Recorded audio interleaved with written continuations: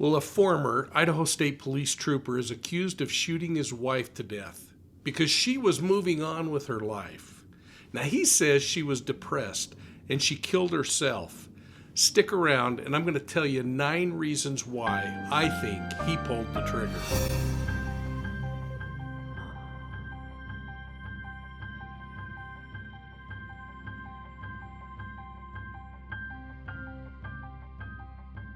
Hello and welcome to Profiling Evil. 58-year-old Daniel Howard is facing a jury of his peers right now as he stands trial for the murder of his wife, Kendy Howard.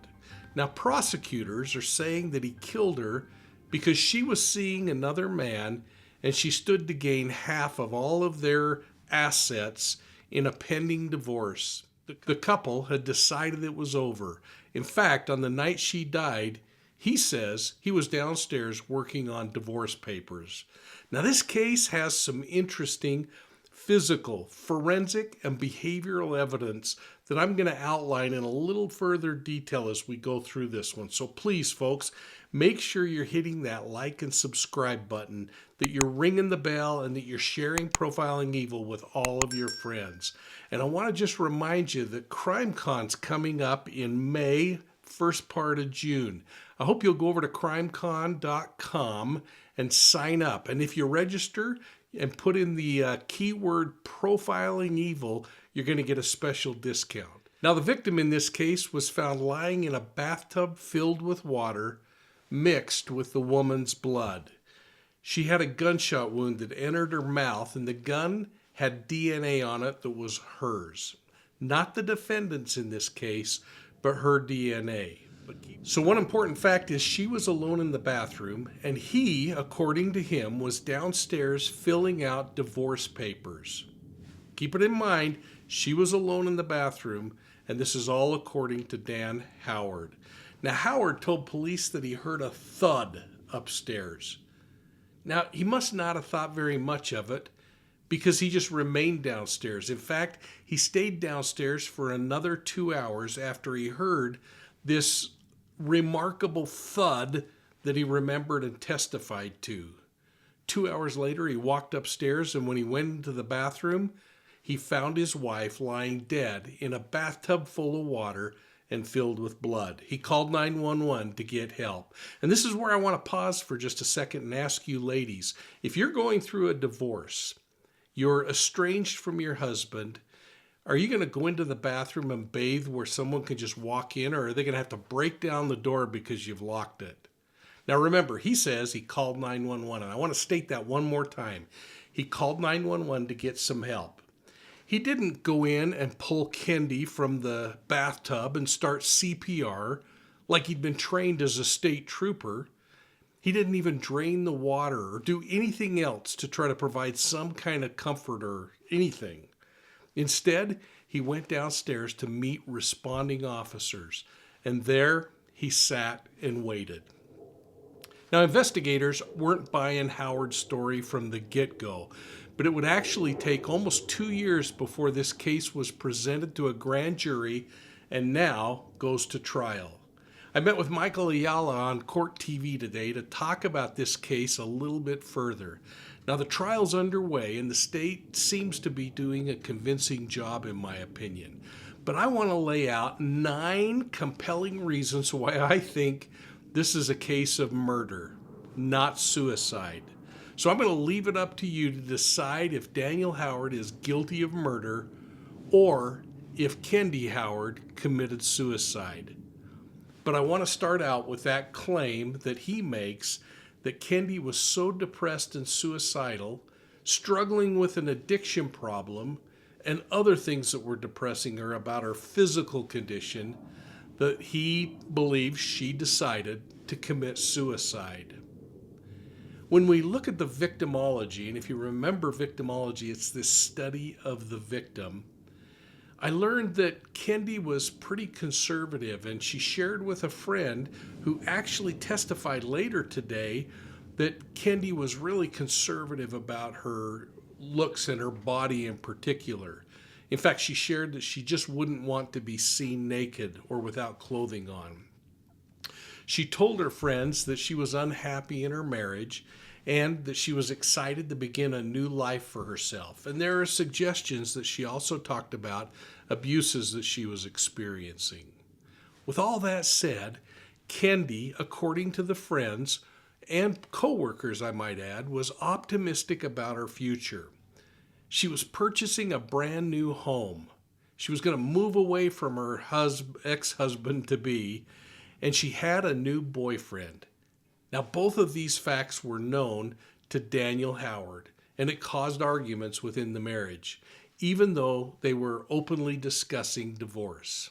So let's just pause long enough for us to catch my comments that are rather short on Court TV as Michael asked me why I think the evidence in this case is so important. Yeah, and Mike King, in this particular case, that's one aspect of trying to show this jury that suicide is unlikely in this particular instance. But there are a number of physical manifestations in this case that suggest the very same thing.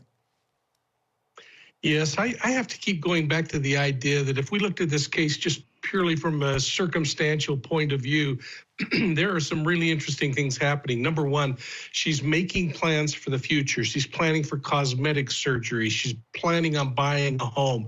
She's found a boy that she wants to get more serious with. She has things that tell me she's focused on a bright future.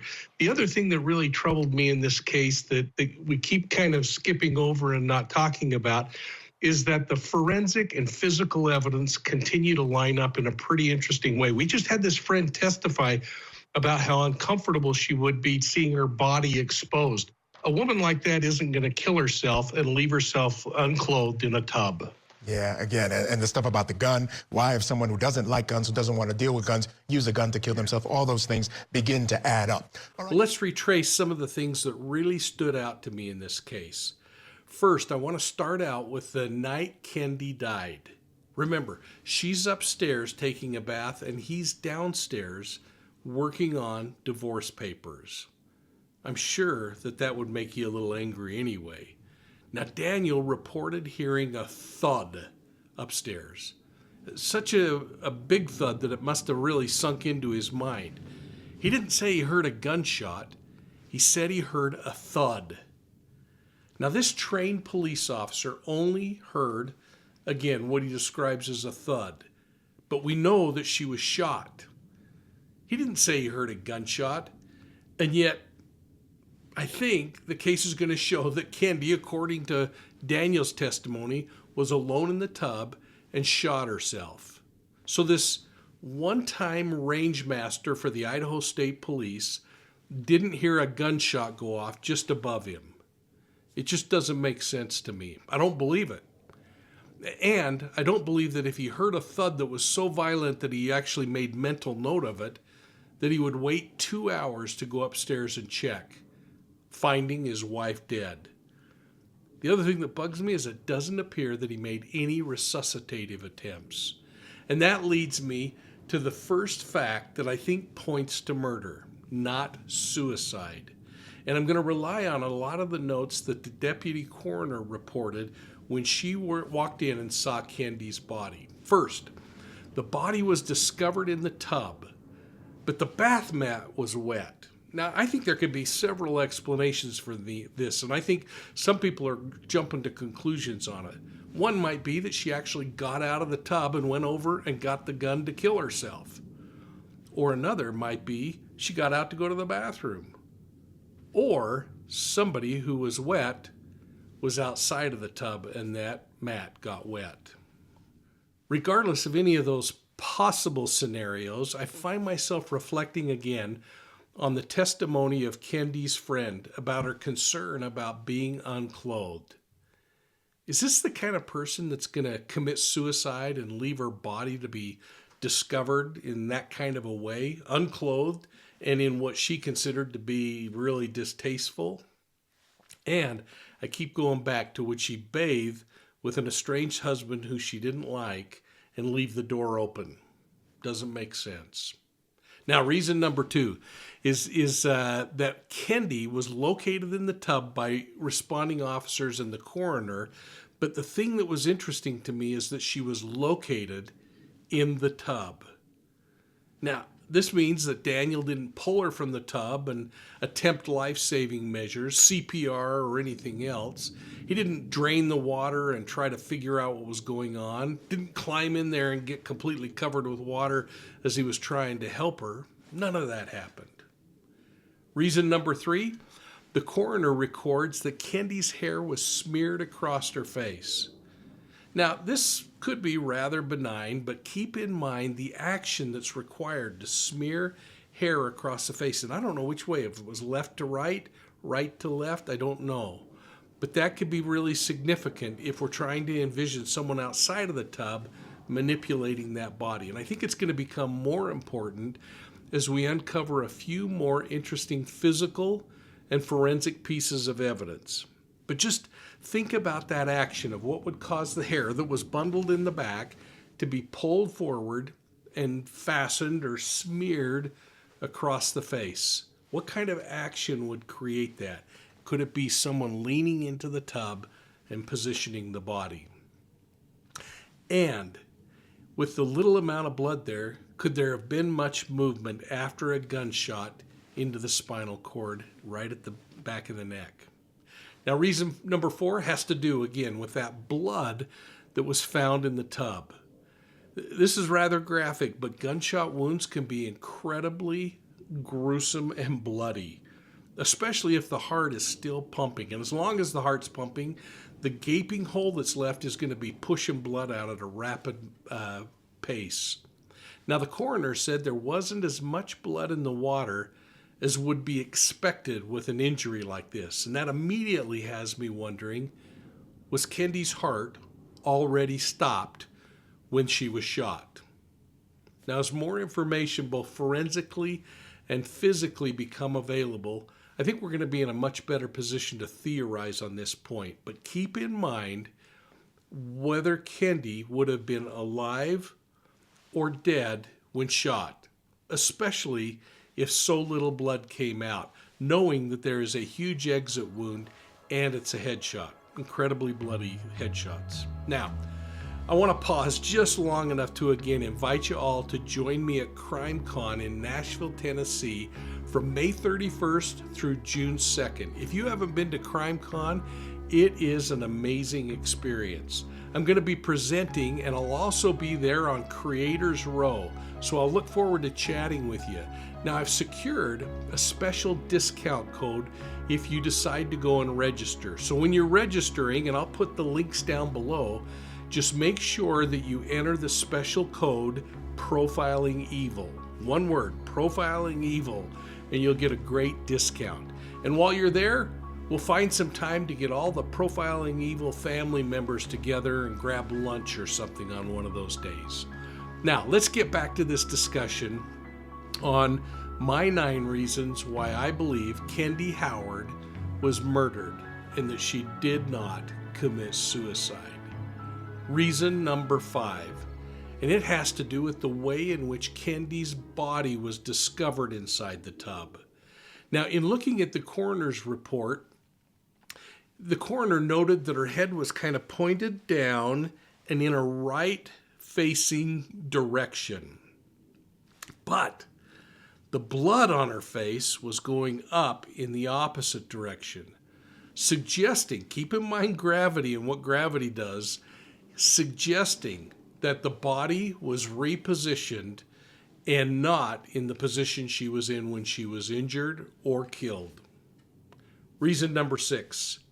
This has to do with the physical injuries to Kendy's body. Now keep in mind the coroner noted that there were bruises on the victim's hands and knees, inner thigh, buttocks, and her inner arms, which also had a thermal burn on them. And that these were determined to be caused on the day of her murder. But the physical injury that really caught my attention, and I am shocked that the medical examiner in the first examination missed it, was that Kendy Howard's jaw was broken. You can just begin to theorize how that might have happened, can't you? I don't think that the gunshot would have fractured her jaw, but that's where we're going to need to see the forensics on it. Now, reason number 7. This surrounds the trajectory the bullet took when it was fired into Kendy Howard's body. Now, the examination showed that the bullet took a downward trajectory through the mouth and out the back of the neck. The medical examiner testified in court that the gunshot wounds that she has examined over her career go upward. And so it makes you wonder, is it possible that someone actually placed the gun in her mouth and fired that, and that they were in an elevated position above her, pointing downward to get that trajectory? Or did she do it herself? And I'm going to look for your comments down below. But keep this in mind. The medical examiner testified that she has never seen a downward trajectory in a suicide. Reason number 8. Keep in mind that Daniel Howard commented that Kendy was struggling with addiction and depression. This is really important because the toxicology report says there was no alcohol, no drugs, no antidepressants in Kendy's system. Now that really makes number 8 extremely important. When supported with the behavioral evidence that we've been talking about, evidence that suggests that she was moving on with her life. Remember, scheduling cosmetic surgeries, purchasing a new home, buying new prescription eyeglasses. All of that makes it really hard to swallow the argument that she was depressed and killed herself. And number 9, there's a lack of blood inside Kendy's airway, supporting the fact that this gunshot wound to the mouth that exits out the back of her neck happened after she was already dead. Otherwise, as that poor woman would try to struggle for breath after being shot, she would have pulled blood and other fluids into her throat, and that would have been recovered. Now, as a bonus reason, since we're talking about blood, is keep in mind that the forensic examination also showed that there was livor mortis. Now, livor mortis or livor mortis, I've heard experts from both sides call it differently, is the settling of blood in the body. So gravity forces the blood to pool. Her blood was pooling in her back, and that location that the blood was pooling is not consistent with her body's location in the tub when police arrived. Bottom line is, livor mortis wouldn't have settled there, proving that this woman's body was manipulated after her death. So I'd like to know your thoughts on my 9 reasons why I believe this is murder and not suicide. And I'm going to be looking for your comments down below. I hope you'll be kind to each other, and I hope you'll really think it through. And then I hope you'll tell me what you would vote if you were sitting on the jury today. Now, folks, remember that you can find Profiling Evil on Facebook, Instagram, YouTube, and Twitter. And if you like podcasts, check out our audio podcasts on your favorite podcast platform. I hope you're hitting choir practice on the first Monday of every month. We do it at 8 p.m. Mountain Time. And since I got some books sitting above me, I'm going to just say, think about picking up, let's go over to this side, 2 of my favorites, Deceived, an investigative memoir of the Zion Society cult, and She Knew No Fear. It's a story about the murder of my great-great-grandmother in 1891 and how 130 years after her death, I was able to solve her murder. I think you might enjoy it. I really appreciate all your support of Profiling Evil, and I hope you'll share us with your friends. Thanks so much, folks, and we'll see you soon at the next crime scene.